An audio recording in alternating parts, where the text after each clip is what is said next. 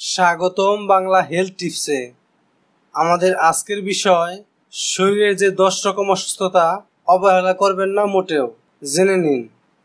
সারাদিনের কাজের চিন্তা এবং চাপে আমরা এত বেশি বোধ হয়ে থাকি যে অনেক সময় নিজেদের প্রতি খেয়াল রাখার কথাও আমরা ভুলে যাই। প্রায়ই খুব ছোটখাটো কিছু শারীরিক সমস্যা দেখা দেয়, যার মধ্যে শরীরের কোথাও তীব্র এবং তীক্ষ্ণ ব্যথা হওয়া, হুট করে শরীরের কোনো অংশ ফুলে যাওয়া অথবা সবসময় খুব ক্লান্ত বোধ করা। এ সকল লক্ষণগুলো দেখেও আমরা অনেক সময় এড়িয়ে যাই এই ভেবে যে এগুলো থেকে বড় কোনো সমস্যা হতেই পারে না। ভুলটা আমরা এখানেই করে থাকি। আমরা কেউই জানি না আমাদের শরীরের ভেতরে কি সমস্যা তৈরি হচ্ছে বা কি সমস্যা থেকে এই লক্ষণগুলো দেখা দিচ্ছে। তাই সকলের কিছু লক্ষণ জানা থাকা উচিত, যা কি আপাত দৃষ্টিতে ছোট মনে হলেও একেবারেই অবহেলা করার মতো নয়। চলুন জেনে নেওয়া যাক। 1. সকালে ঘুম ভাঙার সাথে সাথে ব্যথা অনুভব করা। সাধারণত ঘুম ভাঙার সাথে সাথেই একজন মানুষের খুব ফ্রেশ এবং ভালো লাগার কথা, কিন্তু আপনি যদি ঘুম ভাঙার পর আরও বেশি ক্লান্ত অনুভব করেন এবং যদি মনে হতে থাকে যে আপনার শরীরে প্রচণ্ড ব্যথা হচ্ছে, তবে খুব দ্রুত ডাক্তারের শরণাপন্ন হওয়া উচিত। 2. ব্যথার কারণে না ঘুমাতে পারা। শারীরিক কোনো ব্যথার কারণে যদি রাতে আপনি ভালোভাবে ঘুমাতে না পারেন, তবে সেটাকে গুরুত্ব দেওয়া উচিত। যদি এই সমস্যা খুব ঘন ঘন হয়ে থাকে, তবে এই ব্যাপারে আরও বেশি সিরিয়াস হতে হবে আপনাকে। আপনি যদি ভেবে থাকেন যে শারীরিক এই সকল ব্যথার ভাব নিজ থেকেই ভালো হয়ে যাবে এবং এ কারণে আপনি চুপচাপ অপেক্ষা করবেন, তবে সেটি খুবই বোকামি হবে। 3. শরীরের কোনো একটি স্থানে খুব তীক্ষ্ণ ব্যথা হওয়া। সময়ে সময়ে শরীরের কোনো একটি বিশেষ স্থানে তীক্ষ্ণ ধরনের ব্যথা অনুভূত হওয়াটা অনেকগুলো সমস্যার কারণ হতে পারে। আপনি হয়তো ব্যাপারটিকে খুব একটা পাত্তা দিচ্ছেন না এবং সে কারণে কোনো পরীক্ষা করাচ্ছেন না, তবে এমন ধরনের ব্যথা অনেক বড় ধরনের রোগের কারণ হতে পারে।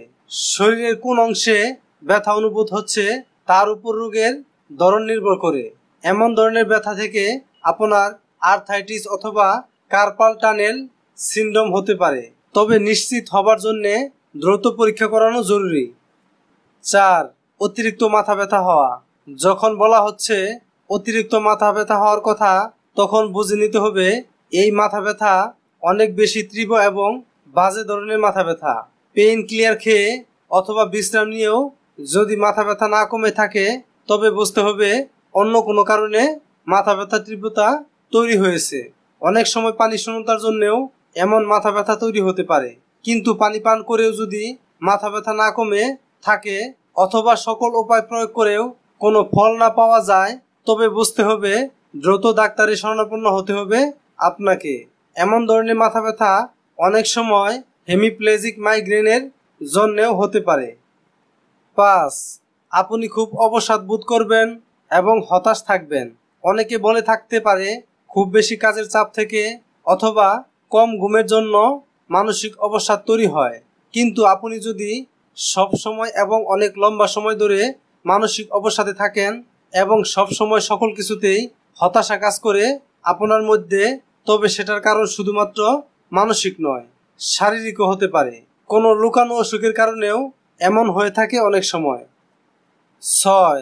শরীরের কোনো অংশ হুট করে ফুলে যাওয়া এবং অবশ হয়ে যাওয়া। শরীরের কোনো অংশ হুট করে ফুলে গেলে বুঝতে হবে শরীরে সেই অংশের কোনো নার্ভের সমস্যা দেখা দিয়েছে, যার ফলে সেখানে শরীর থেকেই বেশি রক্ত প্রবাহ করার চেষ্টা করায় সেই অংশ ফুলে গেছে।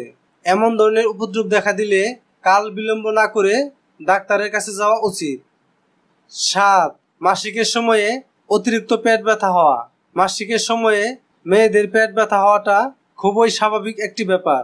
অনেকের হয়তো একদম কিশোর বয়স থেকেই এই ব্যথা হয়, আবার অনেকের হয়তো মাঝে মাঝে হয়। এ সকল খুবই স্বাভাবিক একজন মেয়ের মাসিকের সময়ের জন্য।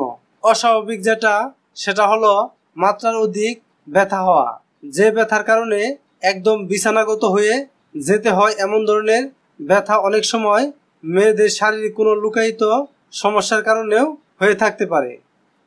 8. হুট করে খুব গরম লাগতে শুরু করবে। সাধারণত নারীদের মেনপজের সময়ে হুট করে শারীরিক তাপমাত্রা বেড়ে যাবার মতো সমস্যা দেখা দেয়, অথবা খুব বেশি শারীরিক পরিশ্রম করা হলে বা জ্বর হলে গরম লাগার সমস্যা দেখা দিতে পারে।